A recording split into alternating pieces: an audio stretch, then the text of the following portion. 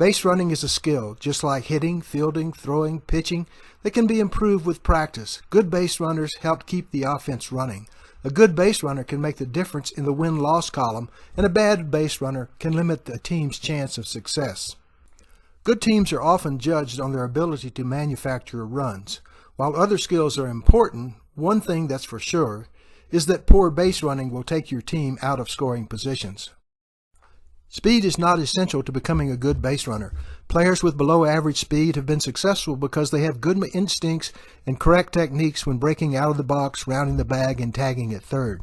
Craig Biggio was a good base runner with exceptional speed. He seldom ran from home to first base slower than 4.1 seconds.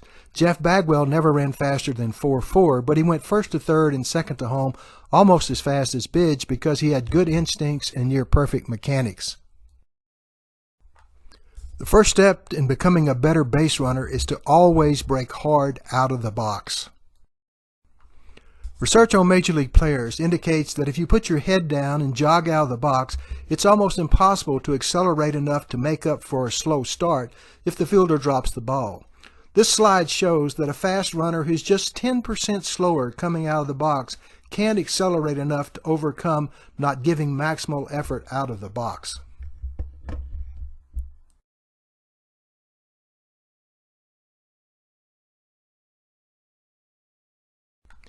If you're hard out of the box, you have a chance of being safe if the ball is bobbled.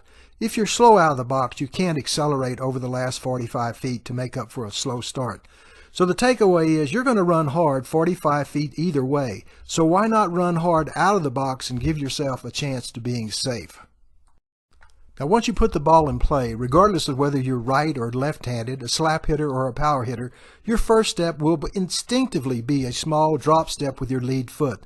This drop step gives you the proper body lean and places your joints in optimal position to put force into the ground and propel you to first base. It's important to take a peek to find the ball after you've taken 3 or 4 steps. If it got through the infield, you can start to set your angle to first base. If it didn't, you know that you're going to have to run straight through the bag. When running through the bag, there are 6 basic rules that will help make you a better base runner. Number 1 is run through the bag, don't jump to it. When you jump, you spend more time in the air and less time on the ground, and it takes longer to reach first base than if you had run through the bag. Number 2 is be prepared to hit the base with either foot.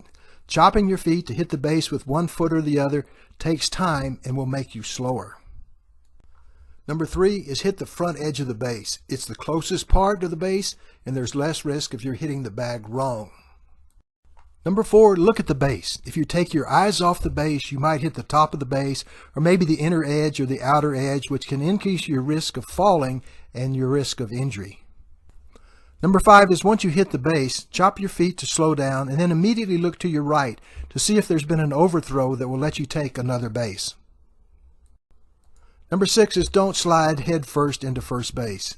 First, it's slower. And then remember, 3 things can happen when you slide head first, and 2 of them are going to be bad.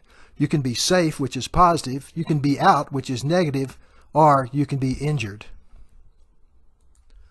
When working on base running, especially with young athletes, remember that base running is not a conditioning drill.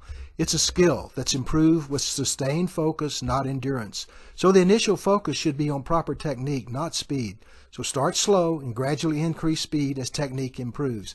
And work on all aspects of getting to first base. Work on getting out of the box, looking in, seeing and hitting the base, and chopping steps and looking for an overthrow. Usain Bolt doesn't run all out 100s every day. He breaks it down into different parts of the race. Base running should be taught at the first practice of every season, and running the bases properly should be emphasized at every practice until it's mastered.